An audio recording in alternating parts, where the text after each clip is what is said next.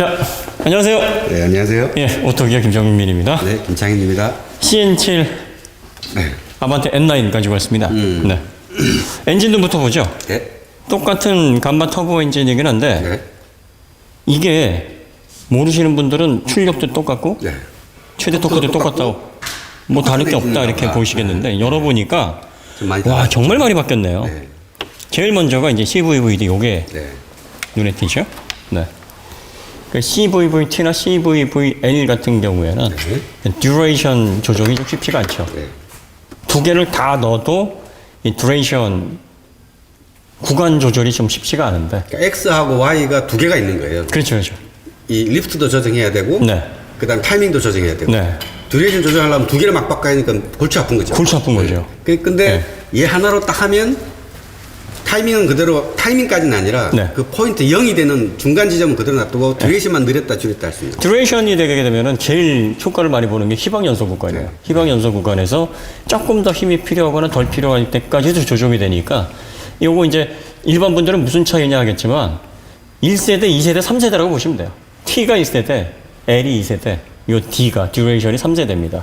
가장 내연기관에서 진보된 형태인데 요게 지금 그 구조를 움직여주는 예, 모터가 들어가 있고 굉장히 구조가 큽니다. 네. 그리고 전반적으로 지금 기존의 감마 터보 엔진에 비해서 위로 올라와 있어요. 그죠. 여기서 네. 옆에서 한번 옆에 네네네. 찍어보시면 네. 펜더 라인에서 네. 얘가 거의 위에 딱 솟아 있거든요. 그렇죠. 네. 근데 저쪽에 가보시면 네. 보시면은 펜더 라인에서 안으로 쑥 떠져 있어요. 네. 제일 차이가 나는 게 여기는 이제 듀레이션 장치가 없죠. 없으니까 네. 위에가 깔끔하죠. 네, 위에가 좀 이렇게 밑으로 내려와 있고 네네네. 그 다음에 또 차이가 뭐냐면 얘는 매니폴더가 네. 위쪽으로 살짝 길게 솟아서 그렇죠. 아래로 들어가는 그래서 형상이고요. 이게 스로틀 바디에서 네. 스로틀 바디에서 아래로 들어가서 플래넘 위로. 이렇게 네. 흡기 매니폴드 플래넘으로 네. 쭉 길게 넘어가는데 저기 가보시면 아, 또 하나. 그 다음에 뒤쪽에 배기 매니폴더가 네. 아래로 이렇게 뽑아져 나와 있어요. 여기 있죠. 여기서 네. 여기 지금 배기 그래서 매니폴드. 밑으로 해서 터보 차저가 연결이 되어 있습니다. 네. 그래서 터보 차저가 좀 아래에 들어가 있어요. 네.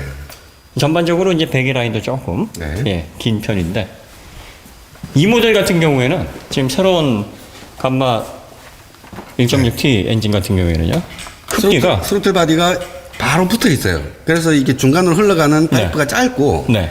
플래넘도 되게 둥글게 돌아서 들어가는 게 아니라 네.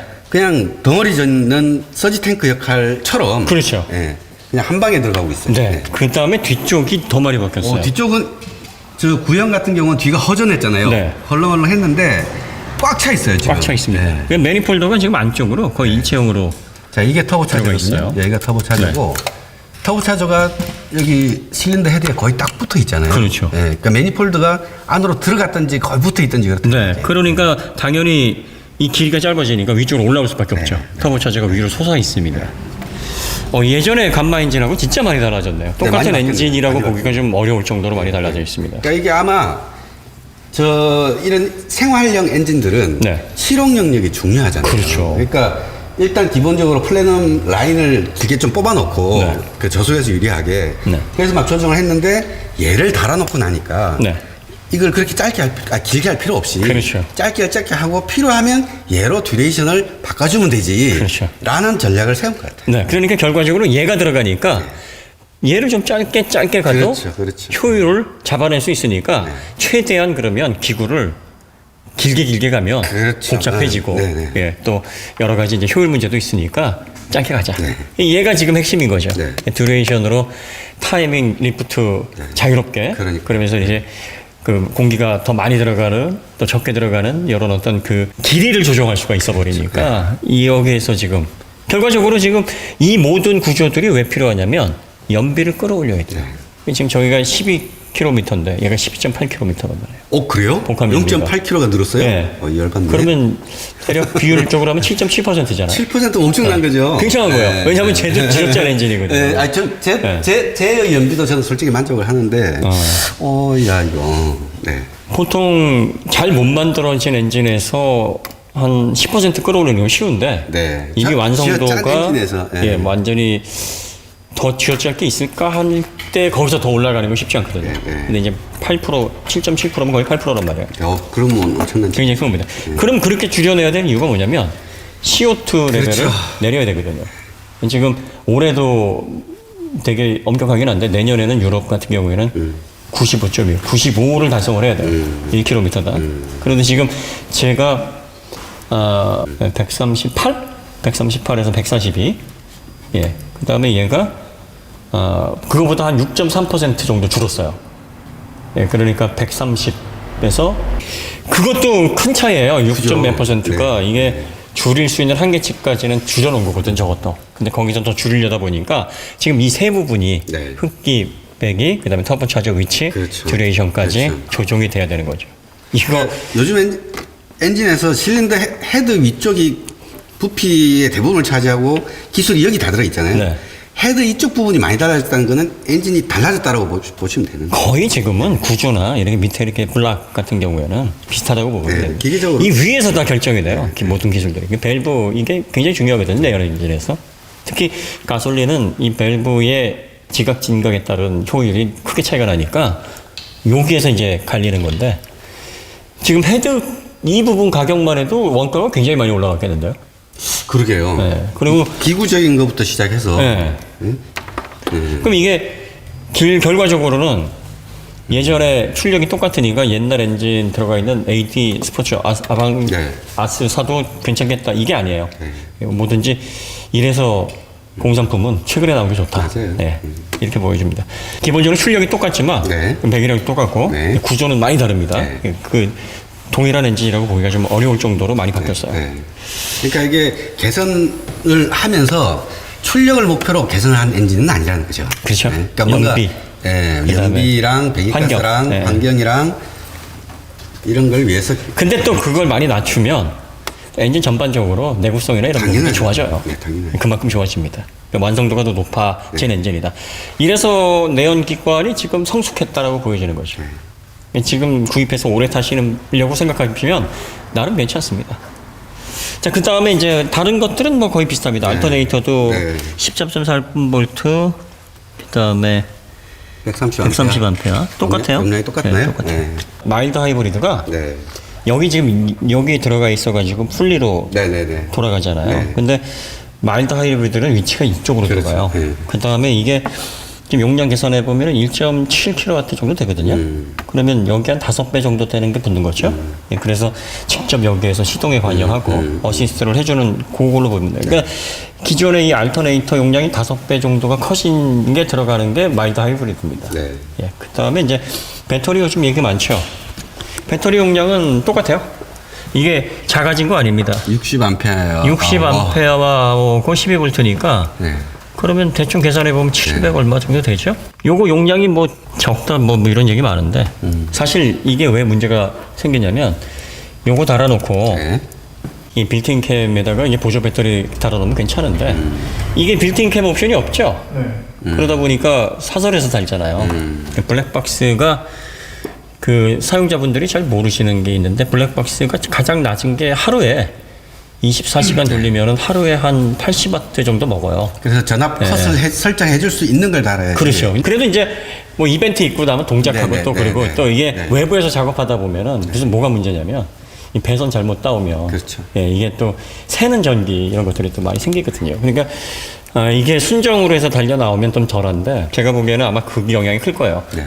그러면 뭐 80에서 많이 먹는 게 이제 고화질 같은 경우에는 100W도 먹는데 하루에 그래도 많이 낮은 거 예전에 더 많이 먹었거든. 요즘 나오는 게 그 정도면 평균적으로 네. 그 블랙박스가 2채널 기준으로 해서 좀 절전 네, 기능이 네, 있는 게 네. 그 3.5W 정도 돼요. 네. 그거를 24 하루로 하면은 한 24 곱하면 되죠. 70몇 되네요. 네, 예, 네. 80이 좀 안 되는데. 예, 좀 전력 많이 먹는 게 하루 하면 한 100W 정도 될 거예요. 그렇겠죠. 예. 그럼 100W면은 일주일이면은 예, 다 쓴다는 거예요. 네. 그것도 배터리가 하루 이 차 있을 때. 납산 배터리가 이 리튬이온이나 뭐 이런 배터리처럼 이 용량 다 쓰는 게 아니거든요. 그렇죠, 그렇죠. 네. 그럼 뭐 많이 써야 한 절반 정도인데 그렇게 되면은 3, 4일이면은 그 상시 켜놓으니까 배터리 나갔다라는 얘기가 그 얘기예요. 흔히 이제 착각을 하시는 게 얘가 12V다라고 하면 네. 처음부터 끝까지 12V가 계속 유지될 거야라고 생각하시는 그렇죠. 분들이 좀 많으신 것 같아요. 네. 그게 아니라 우리 저 차에서 계기판을 보면 네. 14점 몇 볼트 막 13점 몇 볼트 나오는 게 그렇죠. 얘가 충전 중일 때는 14V까지 갔다가 완충됐을 때는 갔다가 네. 방전이 되면 점점 배터리 떨어져요. 출력이 떨어지거든요. 네, 전압이. 네. 그래서 한 12V 밑으로 쭉 내려가면 못 그럼 쓰는 죽어요. 거예요. 네. 예. 그러니까 얘가 100% 저장된 전기 에너지를 100% 쓸 수 있는 게 아니라 그렇죠. 한 30-40% 쓰고 네. 충전시키고 네. 그다음에 정말 50% 밑으로 가면 아예 못 쓴다고 보시면 되는 그렇죠. 거예요. 예. 그러니까 그래서 사실은 이제 배터리 용량을 좀 큰 걸 넣어주면 좋다라는 얘기인데 이게 지금 기존의 모델도 60에 들어가 있어요. 네. 그러니까 뭐 얘만 차별한 건 아니고 이 준준형 모델 같은 경우는 이제 배터리 용량으로 아무래도 원가를 줄이고자 하는 건 제조사의 원래부터 네, 속성이죠. 속성이니까 네. 아마 그 배터리 이 방전 문제를 걱정하시면서 블랙박스 외부에서 작업하신 분들 그 다음에 또 오디오 작업을 또 외부에서 하신 분들 그래서 배선을 좀 손을 대신 분들은 필히 보조 배터리를 다시거나 배터리를 좀 AGM 용량 큰 걸로 해서 바꾸시는 게 좋습니다. 그러지 않고 순정을 쓰시는데 만약에 외부에서 작업을 해서 배터리 방전이 일어났다 이게 순정 그대로 상태에서 만약에 사용하시면은 그런 현상이 많이 일어나지는 않을 거예요. 분명히 이제 그런 분들이 블랙박스를 외부에서 달아가지고 거기서 새는 전기가 많은데 그러니까 사용하는 전기가 누설 전류, 네. 그러니까 정비 불량으로 인한 누설 전류, 우리 흔히 정전이 막 생기면 누설 전류가 보통 네. 있는 거거든요. 네.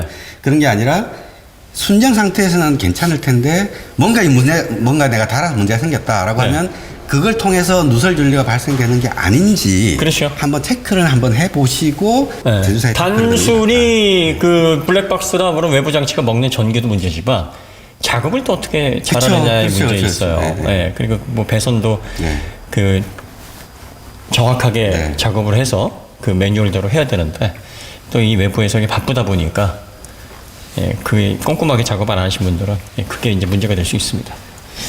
그러니까 만에 하나 아무것도 건드리지 않았는데 방전이 네. 되더라. 이건 문제죠. 그것까지 말씀드리는 건 아닙니다. 그러니까 여러 가지 네. 경우를 한번 체크를 해보시라는 얘기죠. 참고로 제 차 같은 경우는 요새 세워놓는 경우가 많은데 네. 거의 일주일에 한 번씩 타든지 뭐 보름 만에 타고 그러거든요. 네. 근데 시동 안 걸렸던 적이 한 번도 없어요. 아, 그래요? 네. 이놈의 벤틀리는 왜 자꾸 배터리가 나가는 거야? 아 그래요? 네. 차 바꾸실래요? 아, 여러모로 진짜 환장하겠네 아주 그냥. 한 일주일만 세워놓으면은 그게 자동으로 전원 오프를 하거든요. 네. 그럼 이제 꼭 키로 이렇게 열어야 돼요. 네, 네, 그럼 네. 품 안 나잖아. 그렇지. 그럼 이 다스마트 키 다 돼 있는 건데 그걸 또 열쇠 이렇게 그렇지. 잭나이프로 해서 네, 열고 그렇지. 네. 시동 다시 그래? 이렇게 해서 네. 전원 오프 시키고 모양새 안 나오죠. 모양도 안 나오죠. 이 벤틀리 도대체 누가 만든 거야? 참. 그게 페이톤 기반이거든요. 네. 페이톤 기반이라. 폭스바겐. 네. 네. 그래서 알고 샀는데 누굴 탓하겠습니까? 그러니까 어쨌든 멤버도 바뀌었어요. 구조가. 그러네요. 네. 네, 이렇게. 여기가 훨씬 강화가 돼 있네요. 그러게요. 이게 더 안전해 보이는데 물론 뭐 쳐박아봐야 알겠지만 네. 이게 아마 그 옵셋 충돌 때문에 비껴치기 네. 그걸 디자인한 것 같아요. 아무래도 그 느낌이 나죠. 네, 그래서 여기에서 꽝 박았을 때 이렇게 네, 네. 나가야 네. 되는 게. 네. 빔이 만약에 스쳐 지나가면 네. 꽝 치면은 여기서 스치면 차가 한번 쑥 하면서 앞으로 나갈 거 아니에요. 이렇게. 그렇죠. 막 그런 느낌이 좀 그런 드네요. 느낌이 좀 드네요. 네. 이것도 좋아졌네. 그러게요. 그러니까 지금 단순하게 출력만으로 놓고 비교를 한다라는 거는 의미가 없겠는데요. 네. 지금 이 차대의 사이드 멤버 구조, 충돌, 옵셋에서의 네. 안전성 확보도 좀 많이 생각을 한 것 같고, 네. 기본적으로 여기에서 들어가는 원가 차이가 굉장히 날 것 같아요. 꽤 나겠죠. 예. 그럴 것 같아요. 그 다음에 이 지금 그 CVVD, 네. Continuously Variable Valve Duration, 요게 네. 현대에서는 최초로 시도를 하는 거란 말이죠. 그렇죠. 네. 그러니까 좀 늦은 감이 있는데 이게 좀 진작 나왔으면은 기술 많이 바뀌었어요. 10년 전에 나왔으면 세대를 확 한번 바꿔놨겠죠. 바꿔놨을 수도 바꿔놨는데 이게 끝물에 나와가지고 좀 아쉽긴 합니다. 그런데 이게 만약에 하이브리드랑 또 같이 물려서 맞아요. 앞으로 내연기관이 5년 내에 확 사라지는 게 아니라 네. 그 하이브리드나 뭔가 한 5년이 걸릴지 10년이 걸릴지 또 풍미할 수 있거든요. 그렇죠. 그때가 되면 어떤 상황이 또 벌어질지 모르는 거죠. 어쨌든 현대자동차의 내연 엔진 기술을 무시하시는 분들이 꽤 많은데 네.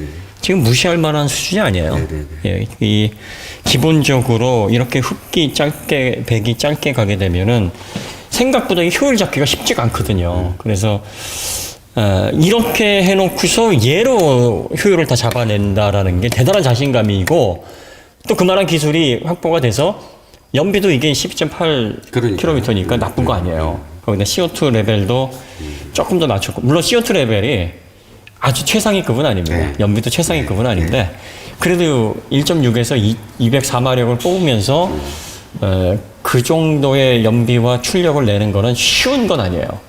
제만 해도 제가 우리 처음 차를 샀을 때 같이 시승도 해보고 하셨잖아요. 네.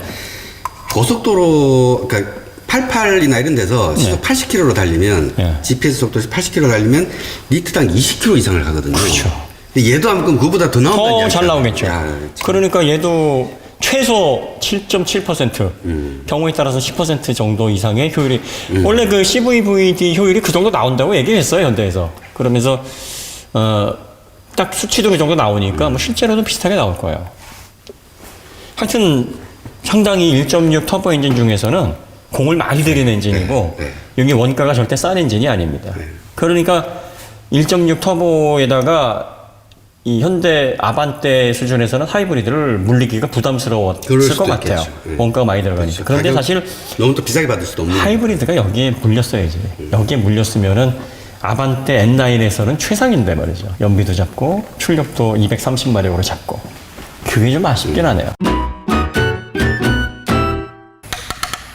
ECU가 바뀌었네, 네, 위치가? 바뀌었어요. 네. 이게 안으로 들어갔다가 네. 밖으로 나왔어요. 네. 네. 열 관리 때문일 것 같아요. 이쪽에 그 라제트 그릴로에서 공기가 들어가게. 그리고 엔진 열로부터 되니까. 보호하고. 네. 요거는 공랭식이라서 이렇게 해야 돼요. 네. 그리고 요즘은 이제 자율주행 때문에 이 PC박스가 TDP가 높아지니까 이 순행식으로 채용하는 테슬라 같은 경우에는 그렇게 쓰더라고요. 근데 내연 자동차 같은 경우에는 여기에 들어가는 그 CPU 자체가 다 저전력 네. 기반이라서 공랭식으로 이제 설계를 하고 있죠. 자, 그 다음에 또 바뀐 거 있어요. 네. 우리 저 서스펜션을 우리가 DIY로 갈았잖아요. 네네. 그때 이 너트 세 개를 풀기 위해서 네. 얘를 풀었잖아요. 네, 와이퍼 블레이드를. 네. 그러니까 얘를 풀 수밖에 없었던 게 이 커버가 요렇게 와 있어요. 네네네. 네. 저기 보시면 네. 커버가 다 덮여 있거든요. 커버 형상이 바뀌었네. 네, 커버 형상이 바뀌었어요. 안으로 쑥 들어가면서. 이거 불편하거든. 그러니까. 왜 저렇게 왜 덮어놨나 저렇게 몰라. 이렇게 해놓으면 좋잖아. 그러니까. 자기네들도 해놓고 보니까 이거 괜히 덮어놨나 이렇게 생각을 했을 것 같아. 네. 소스 셔버 한번 가려면 다 뜯어야 다까지는 아니지만 하여튼 꽤 뜯어야 돼요. 그 다음에 브레이크는 그냥 하이드로백 방식이라. 그런가요? 네, 그러네요. 네. 저거 빨리 전자식으로 바뀌어야 될 텐데. 서버 모터로 조종을 해서 그래야 간혹가다 시동 꺼져가지고 네, 이거 배력 장치 죽으면은 브레이크 안 된다 막 이렇게 당황하시는 분들 계신데 요거 뭐 시동 꺼져가지고 배력 장치 죽어도 브레이크는 듭니다. 브레이크는 듣습니다. 예. 네. 항상 엔지니어가 자동차 설계할 때 그 엑셀레이터보다 브레이크가 더 엑셀레이터를 오버라이트하게, 오버하도록 설계를 합니다. 네. 예. 그리고 시동이 꺼지던 무슨 일이 있어도 기계적으로는 작동이 되게 그거를 이제 페일 세이프라고 그러거든요. 네. 항상 그거를 염두에 두고 설계를 하죠. 스테어링 기어도 유압식이든 EPS든 돌아갑니다. 네. 그래서 이제 배력, 업시스트 장치가 죽기 때문에 잠겨 있는 것처럼 당황을 하는 건데 당황하지 마세요. 네. 우리 여친은 연약한데 할 수 있어요. 다 할 수 있습니다. 그거 다 고려해서 하기 때문에 아니 여성도 할 수 있도록 엔지니어들이 다 존수를 합니다. 근데 당황을 하면 네. 이게 평상시 습관대로 안 되는구나 이러고 그냥 포기를 하니까 해버리니까. 그게 문제예요. 그게 문제죠. 자, 이게 똑같은 차인데 똑같은 차가 아니네요. 그러게요. 네. 근데 가격이 비슷한가요? 저도 가격 봤어요. 2,177만 원이고 저거 얼마였죠? 저거는 완전 생깡통이 1,990만 원인가 2천만 원 정도 됐어요. 좀 근데 올랐구나. 보니까 차이가 쟤는 무슨 일반적인 주행 옵션이 아예 없어요. 얘는 들어가 얘는 있죠. 기본적으로 몇 개 제법 들어가 있고 그 케이스 설계에 따른 뭐 안전 추돌이니 뭐 이런 뭐 것들 이런 거 기본으로 다 들어가 있어요. 있고 네, 네. 그다음에 이 CVVD 요것만 해도 네. 요것만 해도 한 뭐 그리고 모니터도 기본적으로 들어가잖아요. 쟤랑 비교해 보면 200만 원 비싸네. 나는 그 200만 원에 트윅스까지 했는데 네. 라고 잠깐 생각을 했다가 네. 옵션 들어간 게 뭐 전방 추돌 뭐 이렇게 강제적으로 넣어야 되는 옵션들에 뭐 기본적으로 얘까지 들어간다고 생각하면 뭐 기본가는 크게 올랐다고 보긴 좀 힘들까? 뭐 이런 느낌이죠. 차선 이탈 방지 보조. 네네. 그런 그다음에 식의. 전방 추돌 방지 네네. 뭐 이런 것들. 뭐 근데 이제 몇십- 요즘은 네. 그 차가 그게 뭐 기본적으로 다 들어가요. 네. 안 들어가면은 이제 수출도 못 하고 안전 규정도 그게 판매를 이제 못 가격 해요. 인상의 요인이 될 수 있는 거죠. 그거 들어가고 그다음에 CVVD 들어가고 그다음에 이 멤버 구조 네. 이렇게 해서 좀 보완이 돼 있고 그런 것들을 감안을 하면은 대략적으로 가격 인상폭은 납득은 되네요. 네. 동일한, 근데 이제 이런, 싸다는 느낌이 아니에요. 이렇게 생각하시는 저희가 분들도 생각하는 계세요. 느낌이 아니에요. 아니, 5년 후에 출고되는 5년의 시차가 있는데, 그동안 원가 절감도 많이 했을 테고, 뭐 또 아반떼 감마 터보 이 엔진 생산 라인도 그동안 계속 돌렸으니까 개발비도 환수를 했을 테니까 좀 녹여내서 같은 가격에 좀 더 줘야지. 안 그러면 뭐하러 신형을 사! 이 논리를 펴시는 분들과 계시겠죠. 그래도 가격이 오르는데 어떻게 안 올려? 양쪽의 의견이 다를 수 있어요. 네. 그러니까 어쨌든 올린 만큼 주긴 줬어요. 네. 올린 만큼 들어가긴 들어갔고 변화된 건 많아요. 그래서 여러분들이 이게 합당하냐 아닌가는 알아서 본인들이 판단하시면 될 것 같아요.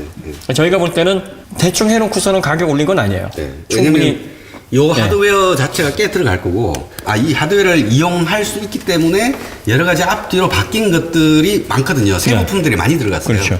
그렇게 따지면 상당히 많이 바뀐 엔진이다라고 보여지니까. 사고를 쓴 건 아니죠. 네, 완전 사고리라고 보긴 힘들어요. 네. 그 다음에 최근 엔진들은 이 헤드 위쪽이 정말 네. 그게 어려워요. 좌우하죠. 네, 여기서 완성도가 좌우되니까 핵심을 많이 바꾼 겁니다. 터보차저 위치까지 바꿨어요. 그러니까요. 네. 그러니까 현대에서 그냥 공으로 먹으려고 한 건 아니네. 네, 네. 아무튼 인상분에 대해서는 여러분이 판단하시고 네. 저희 개인적으로는 야, 이 정도면 성의 보였다. 괜찮네요. 네, 아, 네, 네. 성의를 많이 보였다. 그러니까 제가 저거 없었으면 바로 여기로 갔겠죠. 네. 이 DCT가 건식이 들어가가지고 8단 습식 들어가면 좋은데 27kg 버스미터가 딱 건식에 맞는 그 커트라인이라 아니 근데 그게 좀 불편하더라고요. 시내에서 오는데 덜컹덜컹. 네, 그게 그 가다서다 하니까 아우 옆에서 거슬려. 자동 변속기가 참 좋은데 그게 조금 거슬려요. 달릴 때는 뭐 모르겠습니다만 네. 어쨌든 엔진룸은 그렇습니다. 네. ECU 위치 변해 있고 네, 그다음에 배터리는 여전히 똑같다는 거. 네. 여기서 이제 개선돼야 될 거는 이제 하이드로백 좀 네. 걷어 치웠으면 좋겠고 배터리는 한 70 정도로 좀 늘렸으면 좋겠고 예, 그 정도입니다. 그 다음에 요건 좀 지나친 발언일 수 있으나 여기다 하이브리드까지 해서 N9을 딱 했으면 한 2, 300 올리더라도 네. 그게 N9에는 맞지 않나 뭐 그런 생각이 좀 드는데 현대가 그런 의지가 있느냐 이제 그게 문제겠죠. 잘 관리된 AD 중고차를 네. 사시는 것보다는 그냥 이거 새 차 사시는 게 낫겠네. 여러모로 더 가치가 있어 보입니다. 자, 그러면 합으로 넘어가겠습니다. 네.